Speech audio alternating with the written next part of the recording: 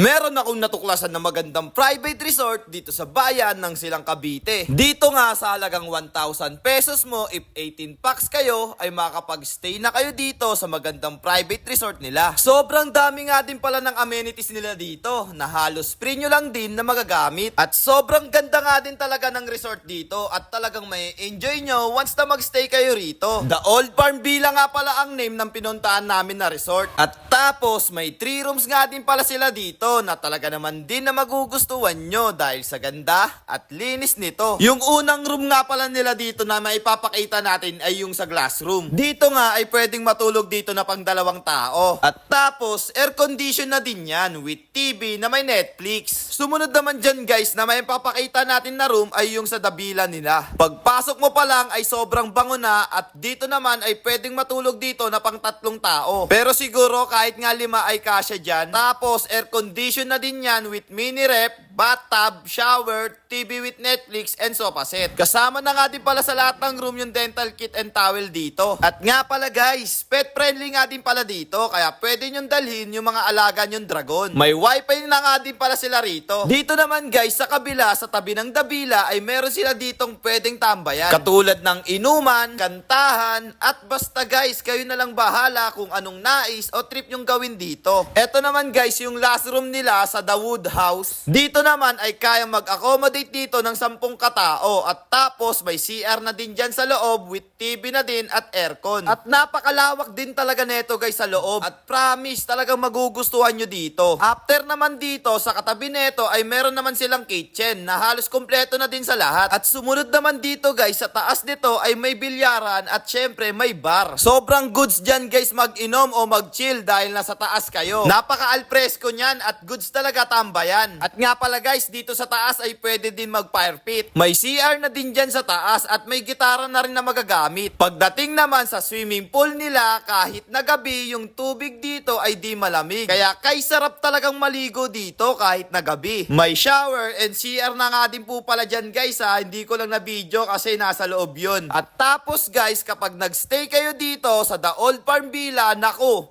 literal na pahinga ang may dudulot sa inyo nito. At sobrang sarap talaga magstay dito. Promise guys, literal na sobrang sarap talaga. Dinaig mo pa dito yung pagkain dahil sa sobrang sarap. Pero ayun nga guys, kung gusto nyo mag-book dito, ilalagay ko na lang po yung page nila. At tapos kapag nag-PM naman kayo, ay agad naman nilang ire-replyan. Basta kapag nakita agad yung PM nyo ha. Pero ayun nga guys, sobrang the best dito guys sa The Old Farm Villa, promise. Panalong panalo. Hanggang dito na nga lang din po pala tayo guys. At kita-kits na lang ulit sa next vlog. So again, this is Ajak TV. Thank you for sunshine, thank you for rain, thank you for joy.